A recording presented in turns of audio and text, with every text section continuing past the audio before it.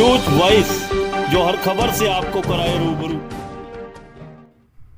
पिछले 3 सालों से धंधे चौपट हो गए हैं, खर्चे निकल नहीं रहे हैं। बिजली का बिल और दुकानों का किराया जेब से भरने को मजबूर हैं और अब आमजन ही नहीं, दुकानदार भी प्रशासन को बुरी तरह कोसने लगे हैं।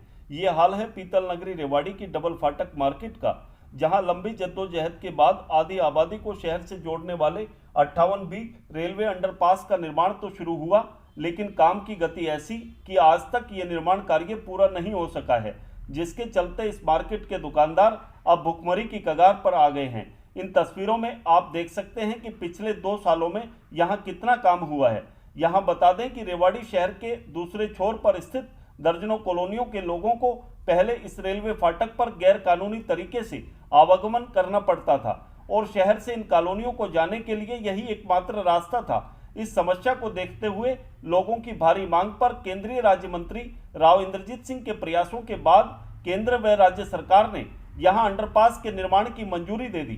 केंद्रीय मंत्री ने हरी झंडी दिखाकर निर्माण कार्य भी शुरू करा दिया, लेकिन आज 2 साल से ज्यादा का वक्त बीतने के बावजूद निर्माण कार्य कछुआ चाल चलता दिखाई दे रहा है। हालांकि जब यहां निर्माण कार्य शुरू हुआ तो फाटक के पार रहने वाले लोगों को खुशी मिली थी, लेकिन काम की गति के चलते उन्हें परेशानी के सिवा और कुछ नहीं मिला। यही वजह है कि दुकानदार और स्थानीय लोग प्रशासन को बुरी तरह कोस रहे हैं। दुकानदारों की माने तो 2 सालों में निर्माण कार्य पूरा न होने के कारण उनके धंधे चौपट होकर वे बर्बादी की कगार पर आ गए हैं और भूखा मरने के सिवा उनके पास कुछ बचा नहीं है और दूसरा कोई साधन भी नहीं है जिससे कि वे अपने परिवार का गुजारा चला सकें। लेकिन यहाँ उनकी सुनने वाला शायद कोई नहीं है। मगर हैरानी की बात तो यह है कि इसे लेकर बात करें तो आखिर किससे? ठेकेदार नदारद है और अधिकारी कुछ बोलने को तैयार नहीं है। लोगों की प्रशासन से एक ही मांग है कि इस अंडरपास का निर्माण जल्द से शुरू कराया जाए ताकि आवागमन का ये रास्ता सुगम हो सके। वहीं लंबा समय बीतने के बावजूद निर्माण पूरा न होने से नाराज रेवाड़ी के विधायक चिरंजीव राव भी प्रशासन को कोसते नजर आए। उन्होंने कहा कि इस सरकार में अधिकारियों को आमजन की परेशानियों से कुछ लेना देना नहीं रह गया है। यही वजह है कि लंबा समय बीतने के बावजूद निर्माण कार्य पूरा नहीं हो सका है। उपायुक्त को चाहिए कि इस ओर ध्यान दें और निर्माण कार्य जल्द पूरा कराया जाए, अन्यथा वे चुप नहीं बैठेंगे और इस मामले को विधानसभा के सत्र में जोर शोर से उठाएंगे। रेवाड़ी से न्यूज वॉइस के लिए नवीन शर्मा की रिपोर्ट। इसको अंडरपास को बनते हुए तकरीबन 2.5 साल हो गए। अभी जो ना फिलहाल 2 मई से लेकर के 31 मई तक ये लॉकडाउन था।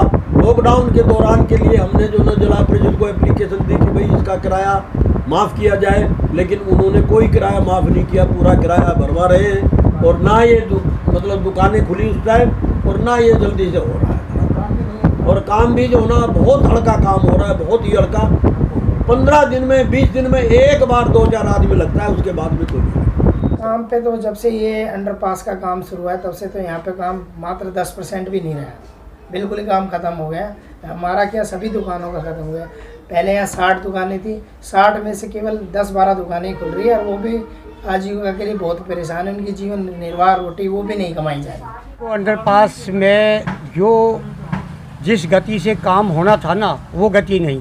जब बारिश हो रही काम करिए, बिल्कुल बारिश नहीं है तो ये ढीले हो गए। ठेकेदारों की ही कमी है, बाकी दुकानदारों की दुकान बेचारे 2-3 साल हो गए वो बिल्कुल बेरोज़गार है।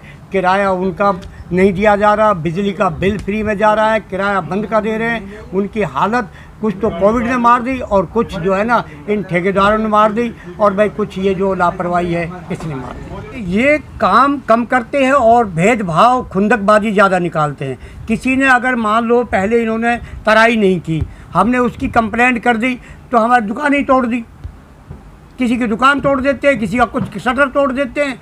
अब बताओ 3 शटर 3 दुकानें, मतलब ये खुंदकबाजी ज़्यादा करते हैं, काम कम करते हैं। देखिए कितने दिनों तक लोगों ने वहाँ पर धरना भी दिया उस मामले को लेकर और आज भी वो ठंडे बस्ते के अंदर है, कछुआ की चाल वहाँ पर चल रहा है। तो आज शहर की जो सूरत हाल है वो बिगड़ चुकी है। पूरे शहर में आप कहीं भी निकल कर देख लो, खस्ता रोड के हालात हैं। तो मुझे लगता है कहीं ना कहीं उपायुक्त को इसके तरफ ध्यान देना चाहिए कि जहाँ भी काम ढीला चल रहा है, एक उसी मामले के अंदर नहीं, पूरे शहर की तरफ उनको ध्यान देना चाहिए कि जो कछुआ चाल है वो किस लिए है। देखिए लोगों को जो असुविधा होती है क्या उनको वो नज़र नहीं आती है, जो आए दिन लोगों को दुख तकलीफ़ जो हो रही है। तो कहीं ना कहीं मेरा ये मानना है कि आने वाले समय में जब विधानसभा का सत्र आएगा हम उसकी आवाज़ भी उठाएंगे और बुलंद तरीके से, क्योंकि तब इन्होंने आश्वस्त किया था कि लोगों को असुविधा नहीं होएगी। तो मुझे लगता है कहीं ना कहीं इनकी सोई हुई नींद को हम लोग आने वाले समय में जब विधानसभा का सत्र आएगा उसमें जगाने का काम भी करेंगे।